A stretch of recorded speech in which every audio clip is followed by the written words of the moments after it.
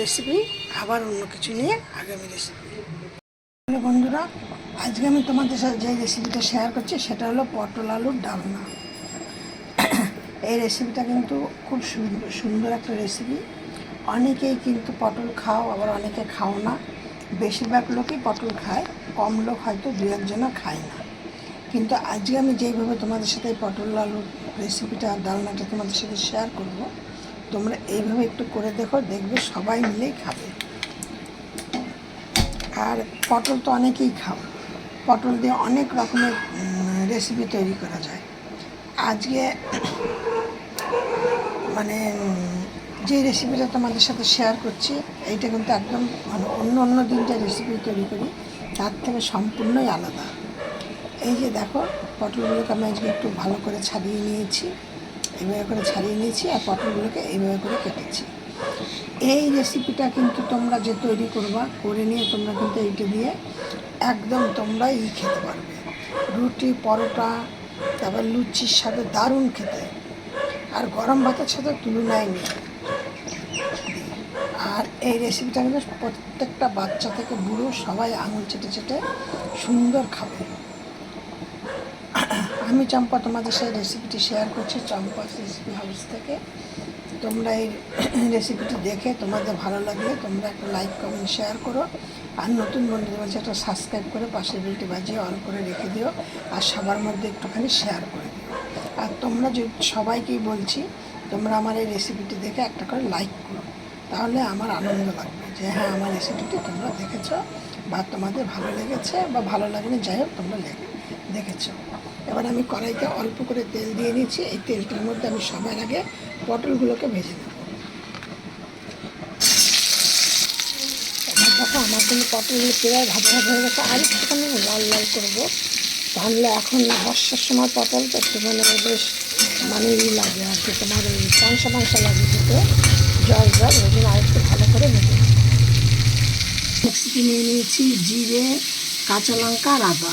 আর দেখো, আমার এগুলো কিন্তু ভাজা হয়ে গেছে। এবার আমি এগুলোকে তুলে নিচ্ছি। পটল ভাজার তেলের মধ্যে পটলগুলো তুলে নিয়েছি। এবার এই তেলের মধ্যে আমি দিয়ে দিলাম আলুগুলো।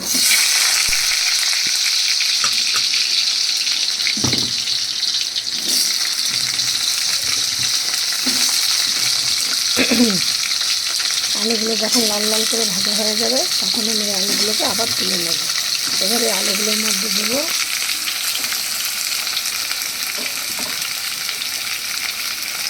অল্প পরিমাণে নুন,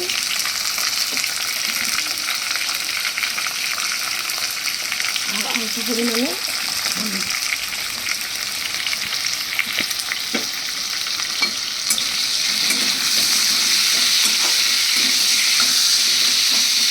ভালো একটা টেস্টি খাবার, একদম তোমরা এইভাবে করো। এই রেসিপিটা খুবই সুন্দর। আমরা দেখো, মশলা আমার করা হয়ে গেছে। ওই বাটিটার মধ্যে আমি কিছুটা নারকেল আর কয়েকটা বাদাম ভাজা আমি এবার পেস্ট করে নেব। এবার দেখো, আমার আলুগুলো কিন্তু একদম লাল লাল করে ভাজা হয়ে গেছে, সেদ্ধ হয়ে গেছে। এই দেখো, এবার আমি এইটাকে নামিয়ে নিচ্ছি। এবার আমি আলু ভাজার তেলের মধ্যে আবার কিছুটা তেল দিয়ে দিচ্ছি। এবার কিন্তু একদম পরিমাণে অল্প তেল দেব, দেখেছো, একদমই অল্প তেল, তাও তেলটা বেশি পড়ে গেল।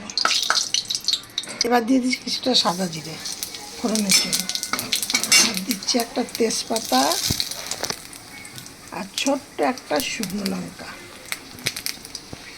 দেখেছ।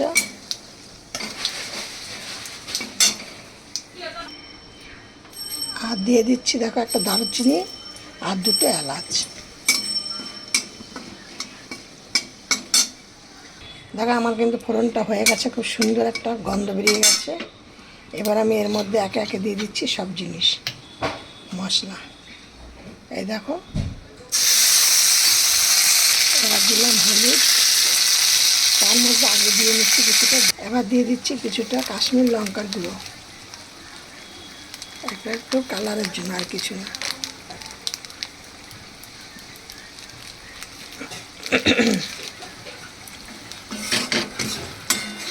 আর এবার দিয়ে দেবো একটুখানি চিনি, এবার দেখো দিয়ে দিচ্ছি একদম অল্প পরিমাণে চিনি। দেখো আমার মশলাটা কিন্তু প্রায় কষানো হয়ে এসছে। এবার আমি এর মধ্যে দিয়ে দিচ্ছি আলু আর পটলগুলো।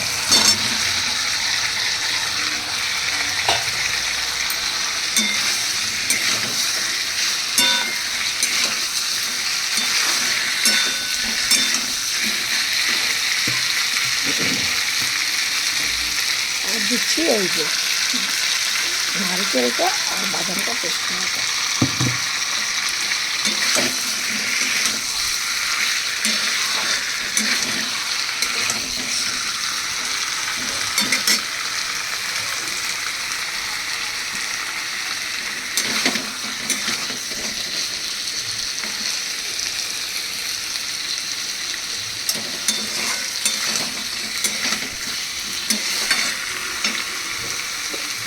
জায়গাটাকে একটুখানি জল দিয়ে দিচ্ছি।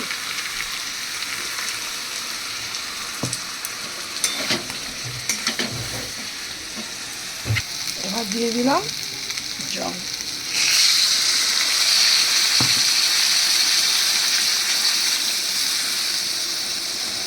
খুব বেশি একটা জল দেবো না, এটা কিন্তু খুব বেশি ঝোল ঝোল হলে ভালো লাগবে না খেতে।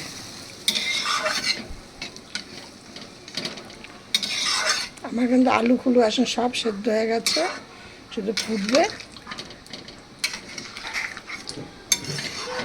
তোমরা একবার এরকমভাবে করে দেখো। আমি কিন্তু এর মধ্যে চিনিটা একদমই কম দিয়েছি, যেহেতু নারকেল দিয়েছি। আমার রেসিপিটি হয়ে গেছে, এবার আমি রেসিপিটি নামিয়ে দিচ্ছি। এবারে তোমরা এইটাকে দিয়ে গরম গরম ভাতের সাথে ভাত পরিবেশন করো, বা রুটির সাথে পরোটার সাথে পরিবেশন করো। দারুণ খেতে রেসিপিটি। এবার তোমরা গরম ভাতে পরিবেশন করো। রুটি খেলে রুটি দিয়েও খাও, দারুণ খেতে লাগবে। ছোট বাচ্চাদেরও ভালো লাগবে, যেহেতু মিষ্টি মিষ্টি ঝাল ঝাল নুন নুন খেতে।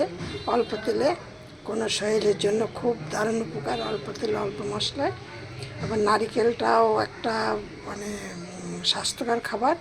আবার কিন্তু তোমাদের বাদামটা স্বাস্থ্যকর খাবার। এই ছিল আমার আজকে